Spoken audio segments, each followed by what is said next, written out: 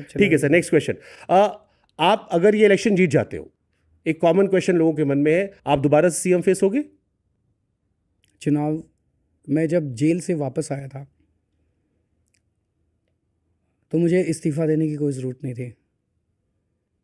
मैंने कहा कि मेरे लिए जनता इम्पोर्टेंट है। जनता ने, दिल्ली की जनता ने मुझे सीएम बनाया है। सुप्रीम कोर्ट ने मुझे छोड़ दिया, लेकिन मैं जनता के बीच में जाऊंगा, जनता से पूछूंगा क्या वो मुझे बेईमान मानते हैं कि वो ईमानदार मानते हैं। अगर लोग मुझे बेईमान मानते हैं तो मैं इस कुर्सी पे कभी नहीं बैठूंगा।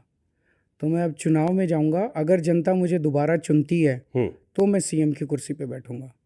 मैं मानूंगा कि जनता मुझे ईमानदार मानती है, ठीक है। और अगर जनता नहीं चुनती, मुझे बेईमान मानती है, तो मैं कुर्सी पे नहीं ठीक है। बैठूंगा। बट जैसे आपकी बेल की कंडीशंस है, ये कंडीशंस कोई वो नहीं है, वो तो जैसे अभी मनीष की कंडीशंस थी कि हर हट थर्सडे को, जाएगी। हर ट्यूसडे, और ये तो छोटी सी चीज़ है।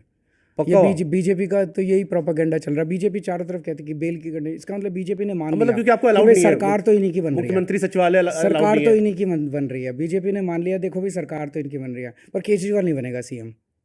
तो चलो इतना तो मान लिया, बीजेपी ने मान लिया कि सरकार इन्हीं की बन रही है, तो सीएम, ये जो बेल की कंडीशंस का हवाला ले रहे हैं, तो बेल की कंडीशंस ये टेम्पोरेरी हैं, ये ऐसा कोई तो अगर आप कॉन्फिडेंट हो फिर तो अच्छी बात है।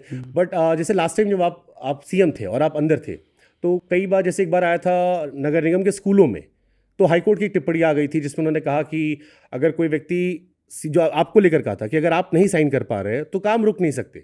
सुप्रीम कोर्ट की टिप्पणी, हाईकोर्ट सुप्रीम कोर्ट की टिप्पणी आई थी उसके बाद जी, जस्टिस ओका ने कहा था कि सरकार जेल से चल सकती है।